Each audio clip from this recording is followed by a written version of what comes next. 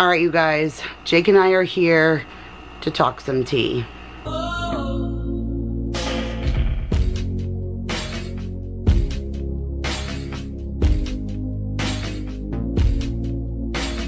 What is up, you guys? Welcome back to another video. My name is Kira if you are new, and I got my oldest child here. I think when you guys are seeing this, I'm gonna put it out on his birthday is my plan-ish. So the day you guys are seeing this, he will be 21. So whoop whoop whoop, officially legal this kid will be. And so in honor of him, we felt like it would make sense a little bit just to sit down and kind of answer the plaguing questions. So I keep getting a ton of questions asking like, where is Jake? What is he doing? How come you guys don't see me buying stuff for him? And whatever. And so I felt the need to kind of just sit down. I asked Jake like, hey, how much do you want people to know? Or how much should we really say? Because obviously I only share what someone is willing to share. And so at first we were a little unsure, but then we decided, especially now after the summer, that it makes sense to kind of sit down a little bit and talk. So at this present time, Jake is going to be living at my mom's. We've gone back and forth for the last couple of years. He's stayed here for some of the time. He stayed over there. Like when he didn't have a job here, he was coming to Texas and working with me and Daryl at Matangas, and then he would come back here if he found a job here, and then he would stay here for a little while. And the kid was literally bouncing back and forth between two homes for 2 years, and that was really annoying for him, for us, a lot of traveling. But he wanted to be here to help my mom, which I love that. She needs it, especially after her stroke. She really does need some help, and everybody in the house works, so including my dad. And so it's nice for him to be able to be here. I mean, he works now too, but you know, it's still nice to have extra help when she needs it. He's definitely the go take out the garbage for Grammy. Or plus the extra company is just very helpful. Right. Whenever they're just not there, I'm there to just sit with her or go in the pool or just hang out when everyone else isn't. So right, which has been huge for my mom. She's really appreciated, you know, having him here for that. So that was kind of the initial goal. I mean, he'll get into that, but he's never really been a fan of Texas anyways. He's always loved New York, and he told me even when we lived in Carolina that the second he turned 18 he was gonna come here. Like, he just said that from the very, very beginning. And so he's gone, like I said, back and forth, but it got to the point now where he just wants to stay sedentary, and he really, really likes his job here right now. Do you want to tell him where you're working? Yeah. I actually work at Burlington, and it's Burlington what? Coat factory.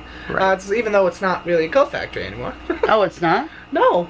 Oh, they dropped the coat factory? It's just Burlington? Just, at least there isn't Burlington Coat Factory. I mean, on their commercials it is, but we just name it Burlington and call it Burlington in the store. Plus, most of our merchandise really isn't coats anymore. It's more so everything. Right. Well, it's grown over time. Like, back in the day, it started out as more of like suits and coats and jackets, but then it really, we don't even sell suits. Right. It's definitely grown and not the same anymore, but he does really like it. He's made some really great friends. I got to meet one of them while I was here this time. Super sweet girl, love her very much. I actually met a couple of his employees so far, and so like a bunch of great group of people, and so he's very, very happy where he is. And so now that he finally found a job that he really wants to stay in, that really helped solidify things. I'm not at Matangas anymore, so he certainly wasn't going to be working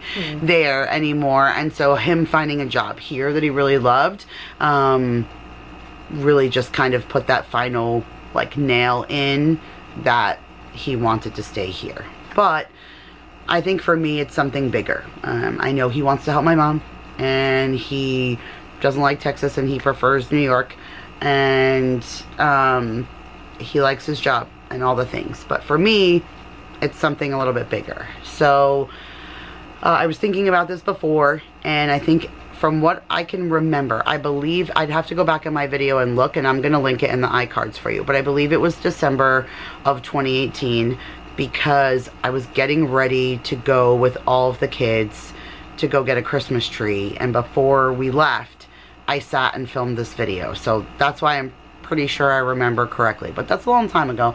It was 7 years ago. And I remember having a talk with you guys about Jake, and I kept getting a lot of comments like, why did I treat him so immaturely, or why was he having young looking birthday parties, or why was I making him these kiddish looking lunches? And a lot of them were on the verge of insulting, and so it was bothersome to me. And like, Jake will tell you, yes, I'm strong-willed, and yes, like, I will protect anyone, but when it comes to my kids, the mama bear comes out of me like that if someone is attacking my kid. And so when Jake was kind of getting a lot of these comments, I felt like I should sit down and talk about really the reasons I believed, or we believed as a family, that those things were the way that we were. And so I've always believed that Jake is on the spectrum somewhere. I've said it from the very beginning. I feel like a lot of people labeled him growing up as other things, ADHD and all these other things, which those things can still be a factor. But for the majority of it, I have always seen Jake just kind of fall into that more functioning autistic from the very beginning. I'm not a doctor. I can't diagnose those things, but in that video, I did talk about how I really believe that those were the things, and to respect Jake and to respect him in the way that he was, and to know that as a mom, I wasn't going to stop fighting for him for services. And I really believed that there were ways that he would be able to get help for some of the things that he had going on. In Carolina, at that time, I could not get anybody to really believe me beyond what his regular diagnoses were. So I was kind of at a stalemate there, although I was still trying. I wasn't getting really anywhere. And then when Jake came here for the first time, like a couple of years ago, we started having the conversation with our neighbor across the street, because her daughter has Down syndrome.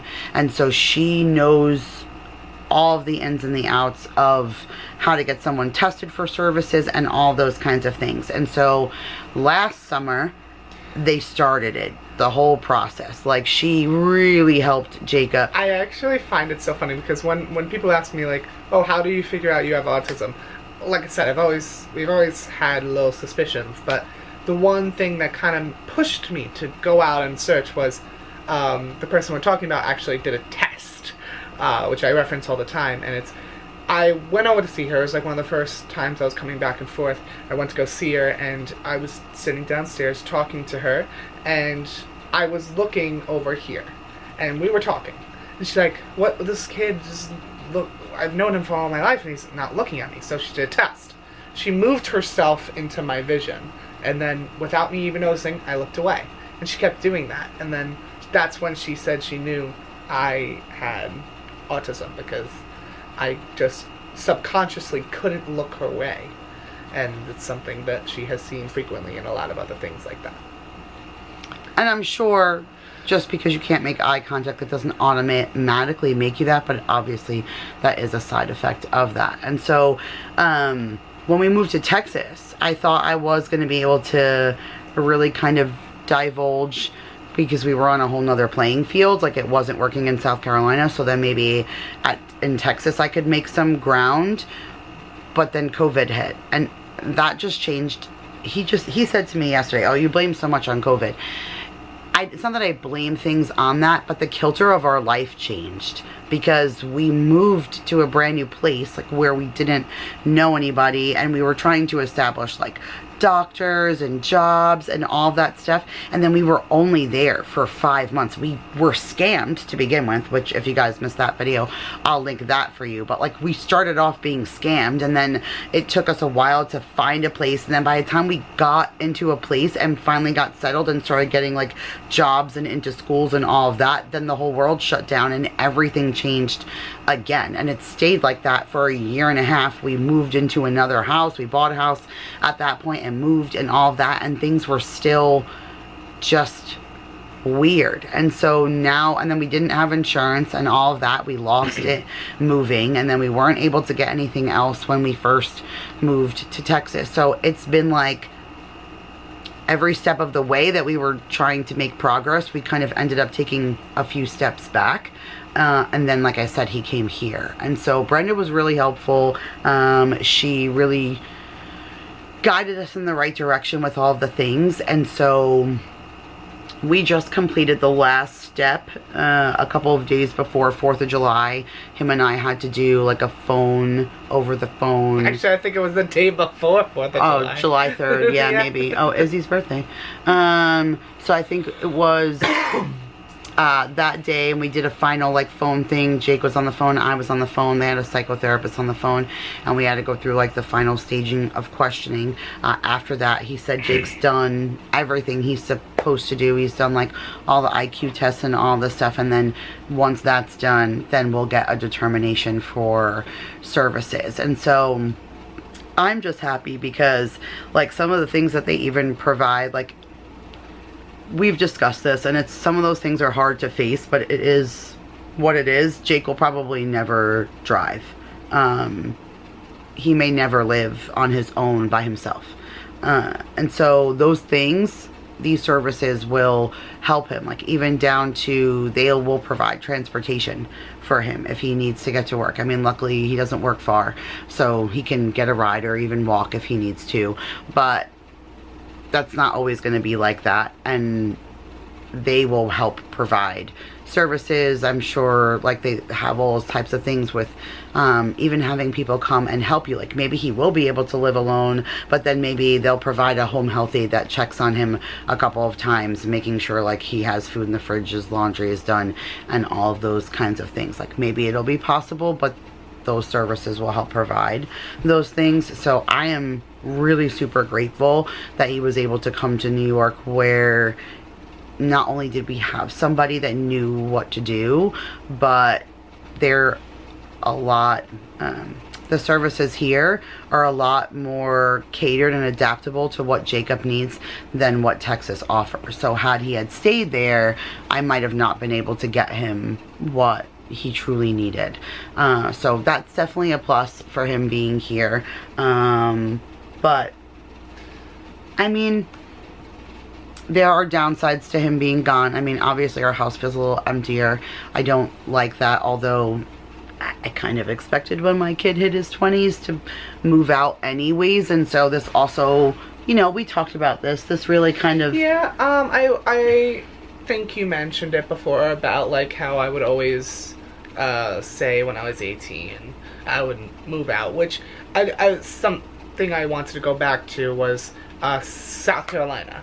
The reason why I say I don't want to blame everything on COVID is because even when because the way we did it, I still went to school a little bit here and there, and even after.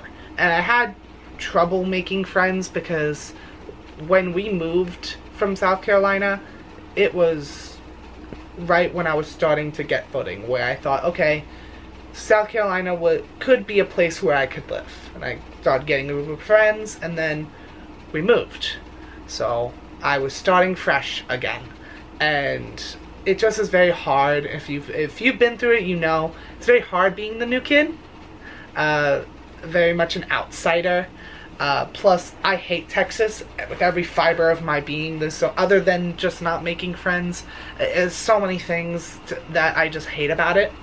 Texas is not the state for me. The heat stinks. The sand. He says the heat stinks. I would kill right now to be back in Texas. The humidity, it's gross. Look at my hair. Like, my hair has done nothing. This is gross, you guys. Like, absolutely gross. Like, no, this is gross. Like, my forehead is shiny because of the sweat glistening off, and like, the rooms just have individual air conditioning here, and so of course my husband has been sleeping in the spare room with the air conditioning, and then he gets one, and then my parents get one in their bedroom, and then I sleep on the couch when I'm here because I'm a couch sleeper anyway. So I prefer. Seasons here. You have more than 4 seasons. Like, you have winter, and then you have sub-winter. But that's what I love is in Texas it's so hot all year round, and sometimes, yes, you're not always like super sweaty when you're in Texas, but you kind of are, because sometimes with Texas it's not only dry heat. Yes, that's the majority of the time, but then you have humidity on some days, and then that's worse. And it's very rarely humid there. The humidity here is crazy. But this is not good for me, Jacob. Okay, like, but you also every one of my videos I look like a hot mess. I barely vlogged this entire time because I look like this the whole time, and so I can't, like, if I was living here I wouldn't be able to do YouTube. I would have to have like a house that had central air because I wouldn't be able to do it. Well, I couldn't. Sorry. Can't do it. That's just one of the things. Not a fan. Very different in that sort of aspects.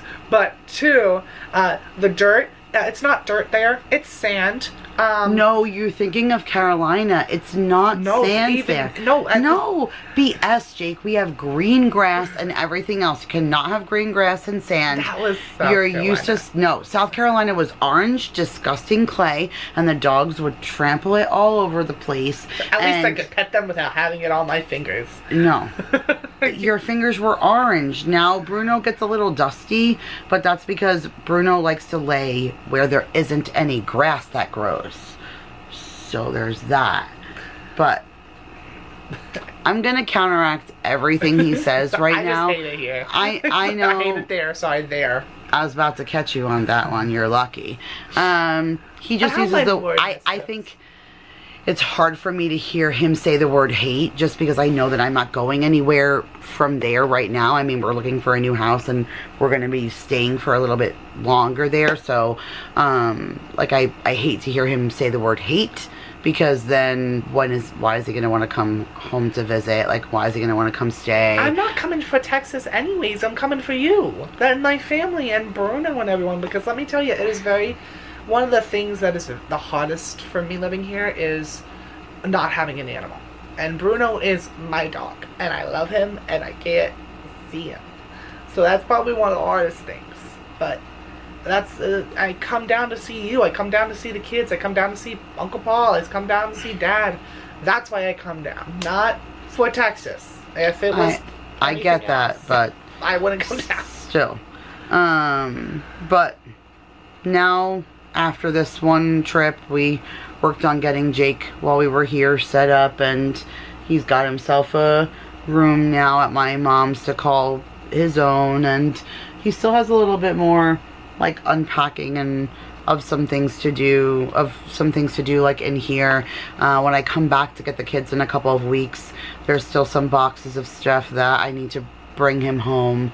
Every time that I come for the next couple of times, I'll bring him the last of like what we haven't brought, which will help anyways because I'll be packing. So like as we're packing, I'll be able to just pack up stuff for him. And not good timing, I guess I would say, but being that we're moving and we're changing houses, it allows me to let Mason and Maya, when they go into their house now, like pick their own room, because I'm still well, I can't say we're still only looking at a 4-bedroom, because one of the ones I have right now flagged as a 6-bedroom, so like I can't necessarily say that's how it'll be, but at least the kids will get a chance to pick their own room. And then I will promise Jacob, Daryl and I promised him that he will always have a place to come home to. So we want to make sure we set up a place for him. And my mom just told me today, which is pretty exciting, that she's like one more test away from being approved to fly. So if that next test that she has in like a month and a half is fine, and there's been no more like occlusion in her carotids, then she's able to fly, which would be really awesome, because then hopefully by then we'll be set up in a new house, and then there'll be a place for my mom to come and stay for a little while, because she hasn't been able to come visit me once in Texas, because she had her stroke when my pod was in the driveway the first time. Like, I was in the pod when my brother called me to tell me that my mom had a stroke, and we were already moving. Like, I even thought I caused it in my heart of hearts, because my mom was really upset that we were going to move even further away, because as it was, she only saw us 3-4 times a year, and then now she knew it was going to be less, and it was going to be flights and not driving and all the things, and she was super stressed out over it, and like a part of me believed I stressed her out to the point of having a stroke. But my mom has not been able to come since, so she'll never even see this house, because I will be out of it by the time my mom can come there. So, but like I said, at least with a different mindset, we'll be able to set a place for him, so he always kind of has a place. But for now, he'll be nestled here. So I think if he was anywhere else, it'd really bother me that I'm gonna be down a kid. But I knew he was gonna grow up and move out at some point, and if he's to be anywhere, then why not with my mom, where I know he can watch out after her. I'm like, it's not even just my mom, because yes, my mom had a stroke, but now my dad, like, he's in decent health. Like, he had a stent put in, but besides that, like, he's not had a stroke or any other like major issues. But his breathing is awful. Now, he quit smoking after my mom, so it's been years since my dad smoked, but he still smoked for so long. And my mom hasn't smoked since her stroke, and then my dad, I think, smoked for like a year, and then he stopped. So both of them, my mom, it's been 6 years, and my dad at least 4. So at least he stopped, but like now his breathing's still affected. Like, it bothers me all the time to see my dad so winded. And now my brother is married and like off doing his own thing, and so at least I know that Jake is here, like I said, to like, hey, can you help me grab this, or can you take out the garbage, or just little things that I know he can help do, that if I were here I would come help my parents as much as I could. But because I'm not, at least I know that my kid can, so that makes me feel a lot better. But I think, you guys, that's pretty much it. So at least when you're... I would like to say one more thing. Something? Yeah. Yes. So I want to go back to the autism thing, and when you were talking about lunches and something that I want them to know that I haven't even told you, but I was wanting to tell you, is that even though it looks a little weird, my mom has always... well, I wouldn't say always, but a lot of the times has had the best way to handle me.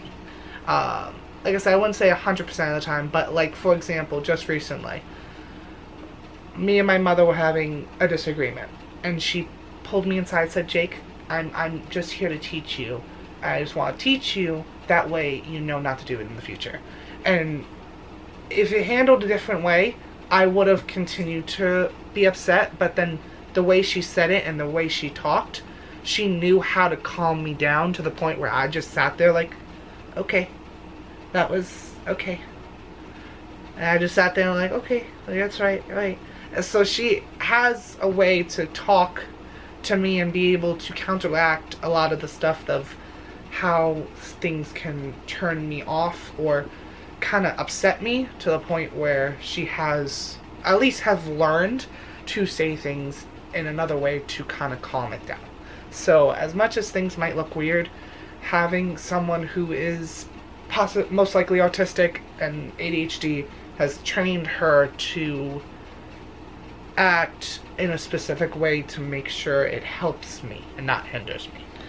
Well, you use the lunch as an example, and like, I don't really believe that necessarily like helps you in a specific way, but like, I could care. I was about to say, I could care less if my kid was, he's 21 years old. I still want her to make me lunches. Like, I love that. Do you know that both of my kids the little kids, made a Mother's Day card like in school, and obviously they're in different grades and classes and whatever, and so each one of them brought home a Mother's Day card, and in their card, when it asked like what's their favorite memory of mom, both of them put that I make the best lunches for them. At first I was like, you guys, I'm like, is that all I'm good for? Like, am I just a giant lunch machine? Like, really? But when I asked them, they said, no, Mom, it's because you put so much love into our lunch that, I mean, I don't even show it to you guys when I do the videos, but I will write them notes in their lunchbox when I pack it up. Like, you guys, peanut butter. You guys just see the, yeah, like he just said, like sometimes I'll even write it in the peanut butter and jelly in their sandwich or whatever, but you guys don't see it. You see it like packed up already, but I do that, and I used to do it even for my little brother. Like, that is one of the things Devin used to tell me he loved about me, because my mom, when my brother was young and in school, in elementary school, my mom was doing overnights. And so it was me that had to get my brother up and ready for school and onto the bus. And so I would make his lunches, and he would always tell me like I made him the best lunch. But my mom made me the best lunches. Like, she always put tomato soup in a thermos with crackers and everything. Like, I don't know, my mom always took such good care, and then I did it to my brother, and like now I do it for the kids. But I mean, I wasn't even talking about the note. I don't fully remember the notes in peanut butter and jellies, but I was talking about your specific peanut butters you order off that website. I love them. Oh, the dream butters. But yeah, but just, I don't know, whatever. Like, I know the kids, I love the notes too, though. It's not just about like the lunches or the, you know, birthday parties or the things. Like, yes, I do know how to. It's the impacts they do. It's the things that, like she said, the peanut butter or the notes. Those little things that you look forward to in the lunches, the notes, the little snacks. She knows specifically. Oh, I know this kid likes this one. I know this one likes this one. Let's give this one this one. I know this kid loves this specific peanut butter. Oh, we need this day because he wants a meal, so we'll do that one this day. She puts in all this effort, and the impact that it gives on us is what's meaningful, because that's something we're always going to remember. Thanks, bud. So see, the kid doesn't have to be autistic to like my lunch, alright? So I mean, I guess that's what he was just getting to. But I mean, needless to say, no matter what the test results say, I mean, all that's going to do is determine whether or not he gets services or not. But at the end of the day, we just know that he has challenges, and so we're going to continue as a family to keep working through them together. But it is nice for him to also have a little bit of one-on-one here. I always said, if Jake was an only child and Daryl only had, and I just focused on Jake his whole life, I really believe that the outcome for Jake would have been a little bit different. But right when we started really noticing the severity of his conditions is right when we decided to have more kids. And so I feel like I never really got, the focus was less and less individually on him. And so now I feel like my parents get to cater to him a little bit and give him that one-on-one attention, which has also been good for him. And like I said, he made friends and stuff here, and friends just make the world go round. And so between family and friends and all of that, he's definitely been adapting better here than he was there, and that's all that really matters. So as much as we miss him, it just gives me another reason to come back here more and for him to come and visit. And so but we just wanted to share that with you guys. We appreciate your watching. If you've made it at this point all the way through 20 some odd minutes, then thank you so much for that, and we appreciate you. And just make sure, like I said, if you guys see anything or whatever, just we'll keep the Jake comments down to a minimum, just because, out of respect. But alright, camera's blinking. We love you guys. We'll see you in the next one, you guys. Bye, guys. Bye.